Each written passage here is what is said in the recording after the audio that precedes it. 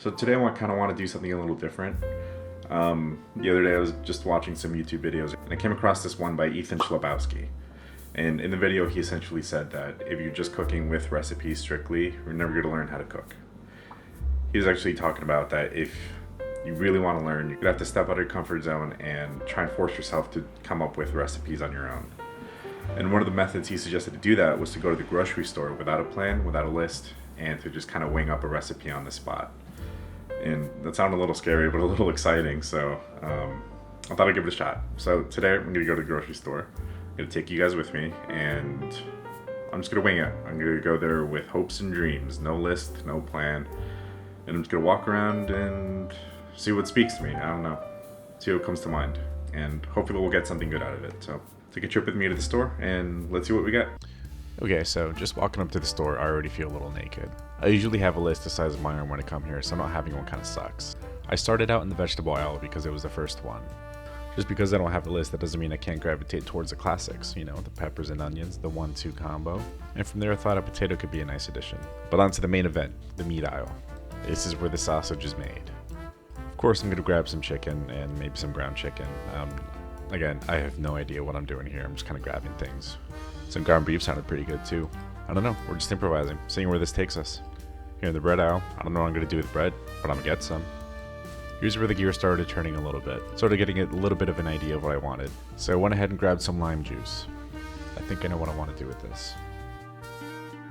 Picked up a few more things and, started heading home. So this is all the stuff I got at the store, and I think I'm really drawn towards the ground chicken, the peppers, and onion. Ever since the empanadas, I can't seem to put down the onions and peppers. I kind of had an idea at the store, and I think I want to make a chicken burger. Again, I don't really have a recipe here, so I'm just kind of winging it. Alright, so let's begin with my favorite part, the veggies. But this time, I've got some experience after the empanadas, and I will not mess this up. Starting with the onion, I chop it in half, and then make my cuts into it. But this time, I make the vertical cut so I have the small pieces. I get a comment in my last video from a Rachel Zorzi telling me to sharpen my knives. And I think she's right. I think if I don't sharpen my knives, they're gonna end up sharpening me. I think every video I do, I'm gonna want to try cooking with a new ingredient that I've never cooked up before, just because I can't rely on peppers and onions every time. I can't just learn one thing and then just use it for every single recipe. But look how amazing this onion's coming out. Beautiful. Delicious. Moving on to the pepper. I chose the yellow pepper this time because I think they taste sweeter than red, and I kind of want to see how that pairs with the burger. Ooh, maybe I'll try making a sauce one day with the pepper. But, just look how pretty the color is. Cool, and that's it. A nice little mound of veggies. I think this is way too much for what I'm doing, but you know what they say. Alas. Okay, let's cook. I'm just going to throw these in the pan with a little bit of oil, nothing special.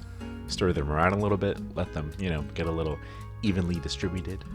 And I'm also going to add these few mushrooms that I found in my fridge, because, hey, we're improvising, are we not? Okay, and while those cook up, I'm just going to prep the patties. So coming into this, I was a little nervous because I'm always using a recipe, but I'm also a little excited. I'm not excited for the idea that my food might come out like ass, but you know what I mean. I'm excited to stepping into the unknown.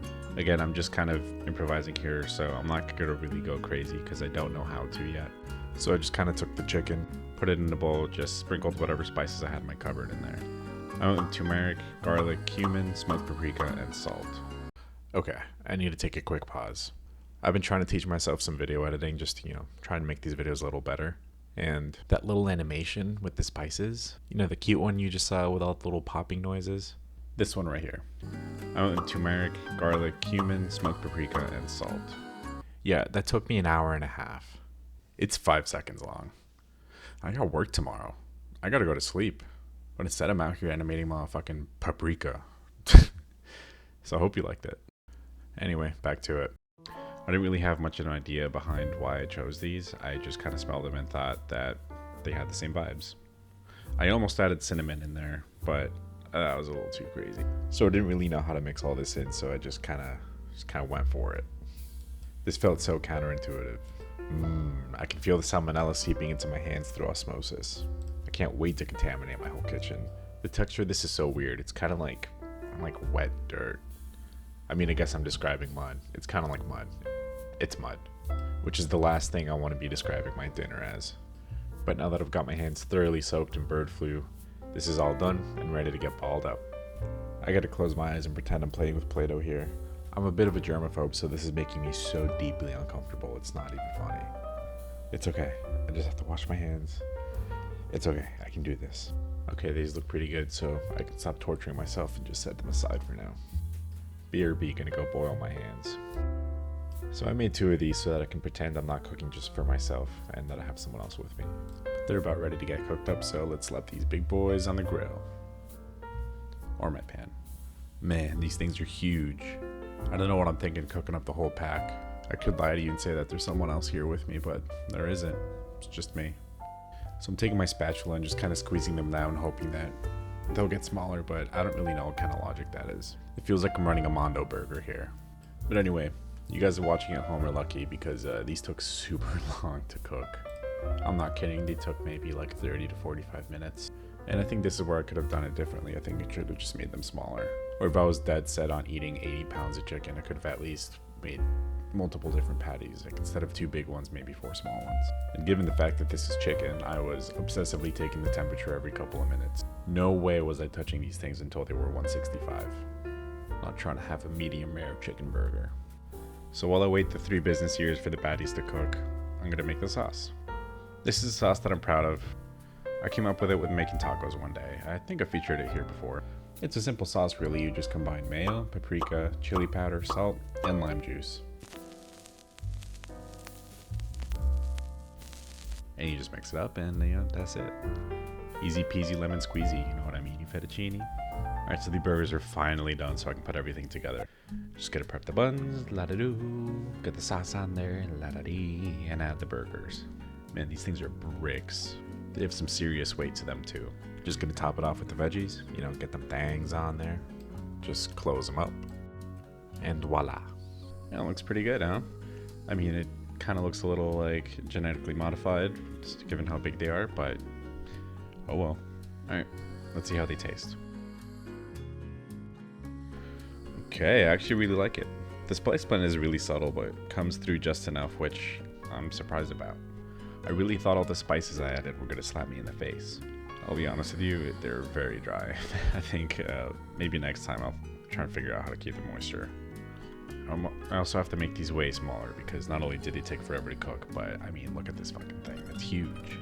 The veggies and the sauce are good, but I feel like they're 2 different things. I don't know if that makes sense. Like, they don't really work with the rest of the burger. They're just kind of doing their own thing. Overall, 6.5 out of 10. Definitely some things I can improve, but that's a problem for later. So this is a lot of fun. This was definitely an interesting experiment. Going to the grocery store without a plan was definitely out of my comfort zone. But I'm really happy with the recipe I came up with. I mean, I think it's very basic. I'm sure as I get better, I'll be able to come up with more complex things. But for now, I'm really proud of it. And I think it came out really good. And right now I have something that I can truly call mine, and I would have never come up with it if I didn't force myself to try something new. So I don't know, I learned a lot, I really enjoyed it, and I definitely want to keep doing this. Yes, maybe next time I'll set some restrictions for myself. I don't know, maybe I'll use ingredients that only start with the letter K or something, I don't know. But this was fun, I'm gonna do it again. Thank you.